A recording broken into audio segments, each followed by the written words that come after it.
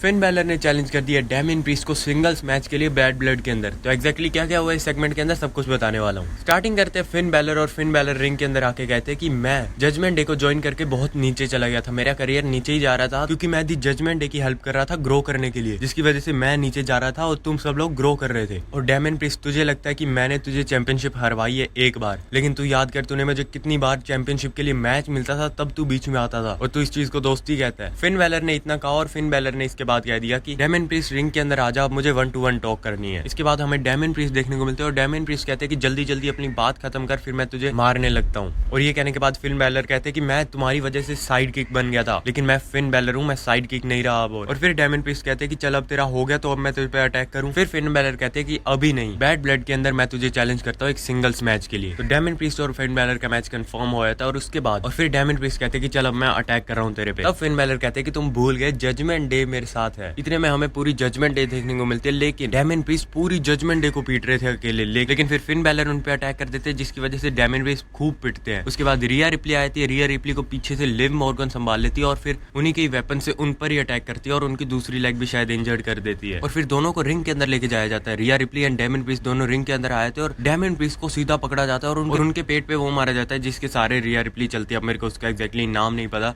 Dominik Mysterio वो चीज 10-15 बार मार चुके थे उनके पेट के ऊपर, जिसके बाद जेउस ने देखा कि उनकी क्रश पिट रही है तो वो फटाफट आते हैं और जजमेंट डे वहां से चली जाती है। तो ये था कंप्लीट सेगमेंट जजमेंट डे का। और भी वीडियो आने वाली चैनल पे, चैनल को सब्सक्राइब कर देना।